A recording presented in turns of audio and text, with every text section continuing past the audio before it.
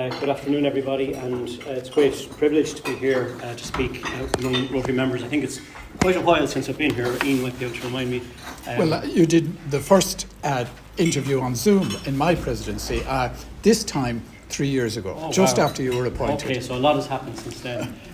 But first of all, just before I speak a little bit about my own work, just to thank Rotary Kilkenny for your invaluable work and leadership, particularly during the pandemic, but also throughout, and particularly around embracing the Sustainable Development Goals, which have become a cornerstone of our work in government and a cornerstone of our agenda in trying to plot a way forward through the challenges that we face over the next decade and beyond. If it's okay, I'll just speak a little bit about my work and in heritage and electoral reform. I'll start with the smaller bit, which is the electoral reform. Not insignificant, but it's a smaller bit of the job. And I suppose the last 3 years, what we've done has been the critical piece of work we've done is the establishment for the first time in Ireland of an independent electoral commission. And the legislation for that was concluded last year. The commission is now established. It's a really important piece of work, and I think what for me in moving the legislation through it all, obviously it has its statutory role in terms of regulating electoral events and referendums, and more contentiously the boundary review, which the report of which is going to land at the end of August, and it's going to be really interesting from us political types. But secondly, and I'm just after coming out of an hour-long conversation with young people in Ossory Youth, and it's a piece of work that Casey Laura are doing in partnership with them around through the support of the Broadcasting Authority of Ireland around broadcasting on climate and young people. And I took a real grill in there, which is going to be broadcast later this week, just on our action and perceived inaction on the issue of climate. And when we established the Commission, a couple of critical things were important to me. We just modernised the electoral register for the first time, so if you go to check the register.ie, all the forms that were there in the past are going to be gone. There's a rolling register there. People in difficult circumstances, people of no fixed abode will have the ability to register. We're modernising postal voting, but we're also pre-registering 16 and 17-year-olds to vote. So they'll be pre-registered and informed when they turn 18 that they are now entitled to vote. The second piece of work around that will be a piece of research that I've commissioned the Electoral Commission to do, which is to look at the experience of reducing the voting age to 16, 17 in other jurisdictions. Primarily we're looking at Scotland, but we're also looking at other jurisdictions. And I have my own views on it. I would like to see the voting age reduced. I think it could potentially transform our electoral system in a positive way in terms of more diverse candidates, younger candidates, less out lads like myself, and but also could transform the agenda of what parties and individuals campaign on in electoral politics.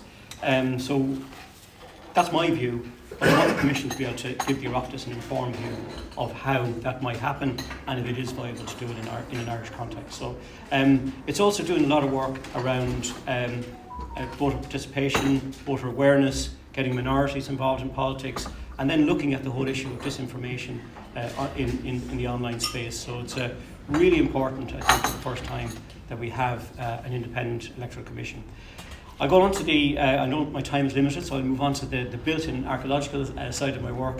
And the President has pointed out some of the investment we put into built heritage over the past 3 years in particular.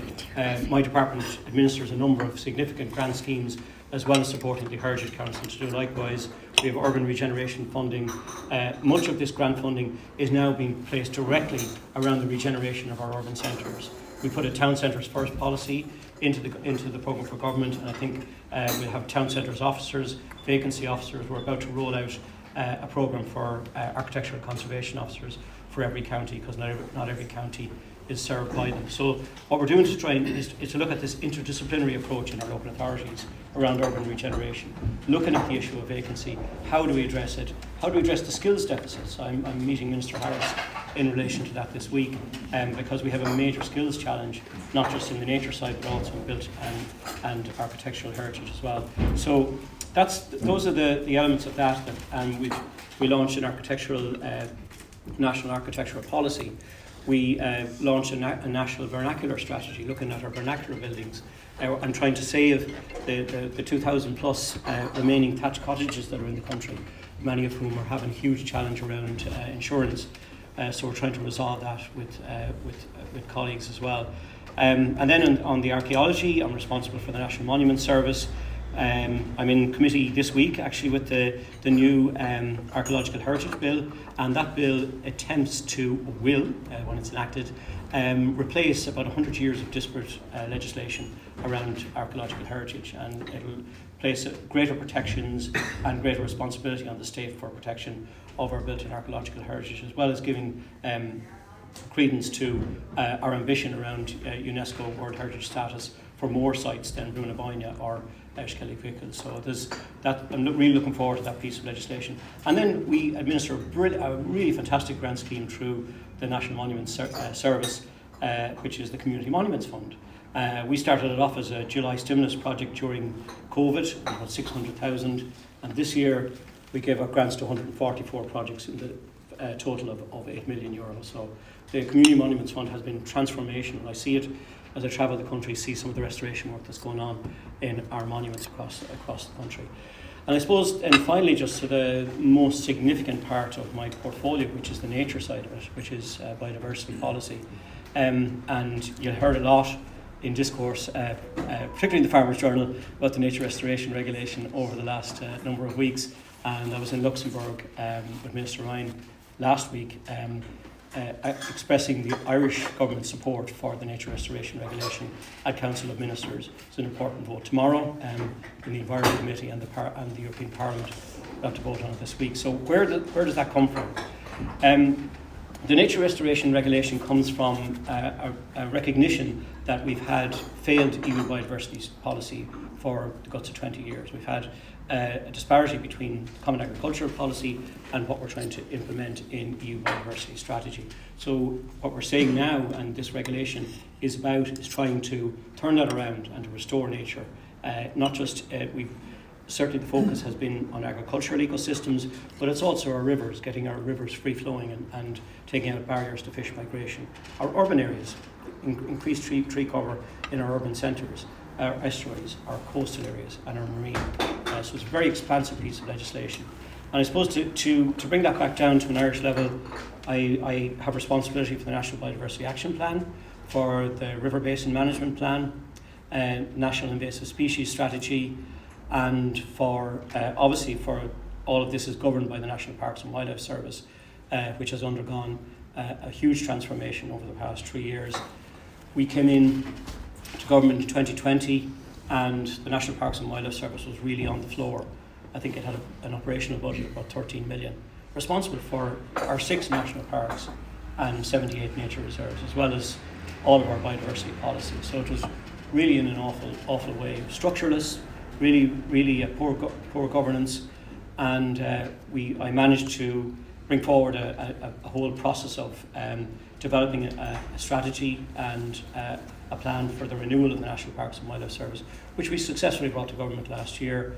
And again, it's funny that you hear about the conflict that's in government, but I have to say, under Micheál Martin's leadership, we were very fortunate that as a government, there has been huge support for what we're doing around nature policy from the 3 government parties. And that was brought forward. So the National Parks and Wildlife Service now slowly ramping up our staffing, more boots on the ground, more wildlife crime enforcement, more rangers, bolstering up the scientific unit, the marine planning area as well. So it's been a huge piece of work, but I think it sets us up well in terms of the challenges that are ahead in terms of nature governance in Ireland. And then the last big chunk of my work in terms of nature policy is around marine protected areas. And so in the programme for government, we set out a commitment to get to 30% marine protection in our Irish waters by 2030. And given that our marine area is 7 times our land area, it is a huge challenge to do that. We had about 2% of spatial protection on our marine when we started in government. We're up to about 8%. We'll be moving to 10% within the next few weeks, because Minister O'Brien's about to sign off on another big chunk of an area for a special protection area for birds down around the coast of Wexford in the next number of weeks. So we're moving in the right direction, but the marine protected area element of it is a complementary to the statutory designations of special areas of conservation or special protected areas. And what it will do is a much broader process that is inclusive of fishers, of communities, of being actively involved in the protection of our marine. So we're designing for the first time into the legislation a mechanism by which communities can participate in how we set out marine protected areas. So the features we want to protect, the species we want to protect, and how that layers in then with the marine planning side of it and our ambition in offshore renewables, because we can't have two separate sets of policies and two separate sets of plans that are working against each other. So there's going to be challenges in it, because there's a lot of the areas where our marine birds are migrating will be, those flight paths are actually in the areas of some of the concession areas that have been granted for offshore renewables. And so I suppose just in wrap up, because I know I have a reasonably short time, I could probably go on for hours if I wanted to, if I was given the chance. But I think from my perspective, and I just give just this as a general overview of the last 3 years in government, we've seen a huge commitment to biodiversity, to climate, to sustainable development, to transportation, to our urban planning, to planning generally. It's all have to happen at a rapid pace to play catch up with other countries and to play catch up with EU legislation and policy, and to play catch up with the fact that we are facing into a possible tilt of 1.5 degrees in terms of warming. And we're seeing the weather events here. We saw the flooding here in Kilkenny last week, and Escorty with all the hailstones yesterday, and it's manifesting itself, it's happening. And I suppose from my own perspective, what I've seen over the past 3 years, particularly around nature, and what we need to do is to try and create connected, cohesive habitats. So a lot of the time what I'm doing is trying to save a particular species, like a lapwing, and corral them into a cage, an electric fence in Bura in County Offaly, just so that they can nest free of predators. So we have a disconnected habitats and fragmented habitats. And we don't have apex predators. I'm not going to mention wolves, but we don't have apex predators in this country. So we have to intervene all the time to try and get the numbers right, and that's hugely challenging. But it's been a hugely rewarding 3 years so far. My anticipation and hope is that the government will go full term. That full term for me is February 2025, not October 24, and that the general election will come after the local and European elections, because I have a number of big chunks of my own work that I want to try and get finished and get done. If the nature restoration regulation is passed in Europe, it'll reach to the end of the year, and we will have to embark on a 2-year process of developing a nature restoration plan from 2024 onwards. So I want to ensure we try and do the heavy lifting on that while we're still in government. But just generally, on a general comment, I think it's been a successful government. I think it's been a really good collaborative partnership between 3 parties that has worked well. We've gotten a lot of things wrong, there's no doubt about it. I do think from your own perspective in terms of supports to the business community as well, I think they've been generally good, particularly during COVID. And we're facing perhaps a whole other set of challenges. We're a country in full employment. I can't get staff to get into National Parks and Wildlife Service fast enough. We're going to have a real challenge there. And are we, maybe at some kind of a different challenge, that we're almost a country that is in the process of overheating? And do we need to pull the brakes a little bit? So those are the questions I have generally. But that's it. I'm happy to take questions or comments, but that's a very quick whistle-stop tour through my 3 years and my role in government. And again, I'm very fortunate to have a senior minister, Minister Darragh O'Brien, who was very supportive. So as well as my day-to-day stuff in my responsibility as Heritage Minister, you're dealing with a lot of housing policy and legislation as well. So we share those duties out, the 3 ministers, and that's been, again, hugely challenging. But again, I would say, I do think we're moving in the right direction.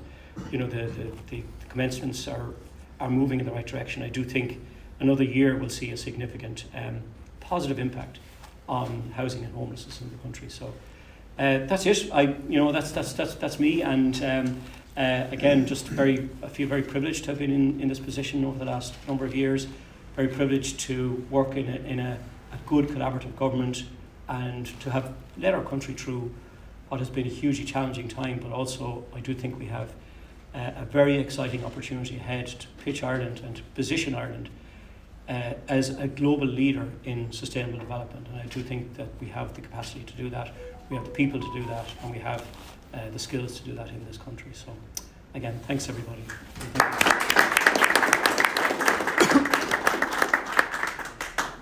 Has anyone any questions for the Minister? I'll stay standing. Yeah. When you're a Minister of State, you have a national remit. When you're a TD, you have a local remit. Mm-hmm. Have the two ever come in conflict? All the time. Because I'm in the Department of Planning, a lot of the stuff, my constituency's office is over beside Michael Boyd's there at the parade. So a lot of the stuff I get through my door is planning issues.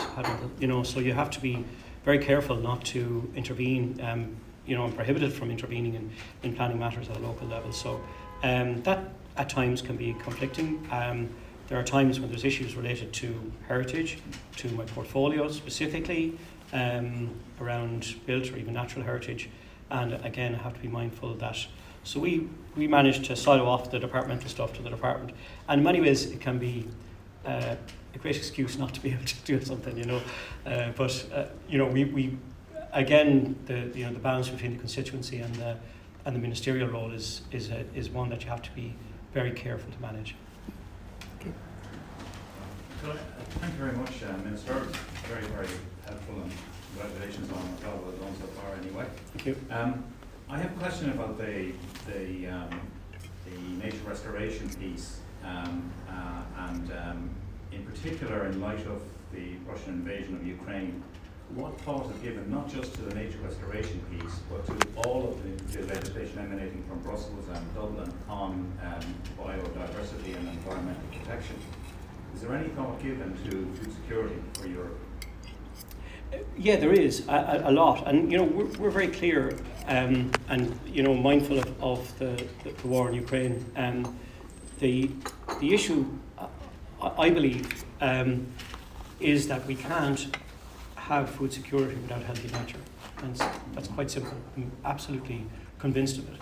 Unless we restore our agricultural ecosystems, unless we restore our rivers, the water quality in our rivers, as well as the hydromorphology and the free-flowing nature of them, I don't think we can have healthy food production systems in Ireland or in Europe.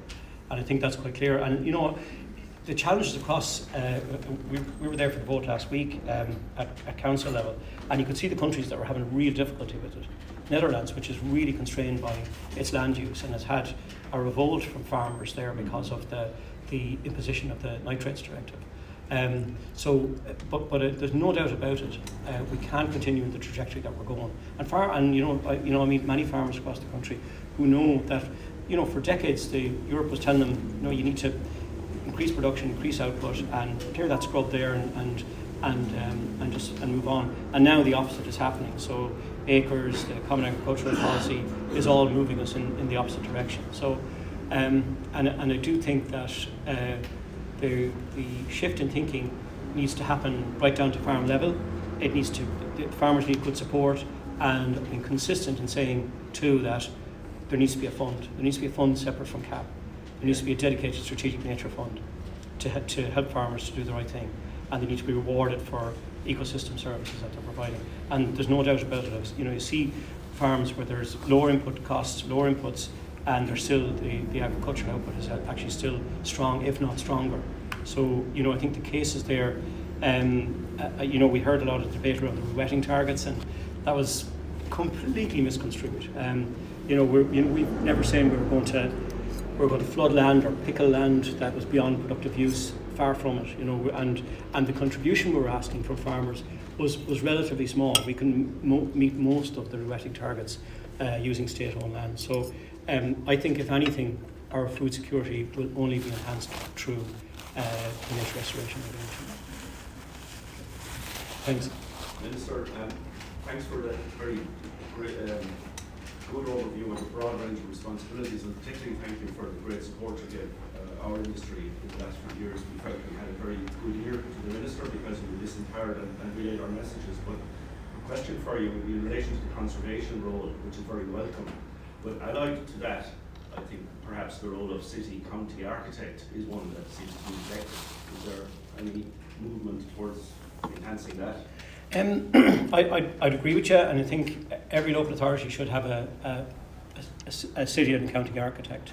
And you see the benefit of that in a place like Clonakilty, where they've had one in place for over 10 years. It gives a coherence to the public spaces that is very different. And you know what we're trying to do with a place like Kilkenny, or even our other urban centres in the county, is to get that livability. And we want people back living in the urban centres. So if we're giving out grants for the restoration of these buildings, families might be considering living in an urban centre are looking at a lot of factors. They're looking at not just the building itself and what's required to restore it, but they're also looking at the nighttime economy. They're looking at the biodiversity in an area, the livability, the permeable spaces, all of that. So I think every local authority should have a county architect whose role is to bring a coherence to an urban centre and to work with the other disciplines that are in local authorities, such as architectural conservation officers, such as active travel officers, such as archaeologists, all of the other disciplinary team, the vacancy officers, to get that vibrancy and coherence back into our urban centres. Really, a really important role. And the other thing, John, about that is that when the nature restoration regulation is in, there is going to be a commitment there on urban nature, and you have also the Urban Wastewater Treatment Directive and the Sustainable Urban Drainage. So a lot of other interlocking pieces of legislation that will come into place that will deal with the likes of the flooding we saw on John Street during the rainfall event last week, where you can use nature-based solutions to capture water, store it, and send it off in a much more slower way, should I say. So all of that requires a different approach than perhaps maybe the hard road engineering thinking about it. And I think that's we do need that, have that interdisciplinary approach in our local government system. So I'd agree wholeheartedly. It takes vastly more land and fertiliser to produce a kilogram of animal protein as opposed to vegetable protein. And as long as we have the cheap meat culture, I think the idea of increasing biodiversity and sustainability is a snowflake. Is there any government plan to stop the cheap meat culture, to promote vegetarianism? I'd say this as a vegetarian. I would love to see a greater value being produced on the meat we produce, on the quality of food we produce in this country. There's a lot of debate about the cost of food in supermarkets, but in real terms, the amount of our income that we're spending on food is less and less than it has been 20, 30, 40 years ago. And I don't think we place a value on it. And I really would love to see, I was saying this to the young people this morning as well, localise everything. We need to localise our food production systems. That will build in resilience. We need local abattoirs. We need, you look at O'Brien's Butchers up there when there was a crisis in beef production, and he still had meat because it was coming from his own farm. So I think critically there needs to be a bigger conversation about the price we're paying for food. And again, our vegetable producers are going to the wall. There's about 200 producers left in the country, I think. Very, very small.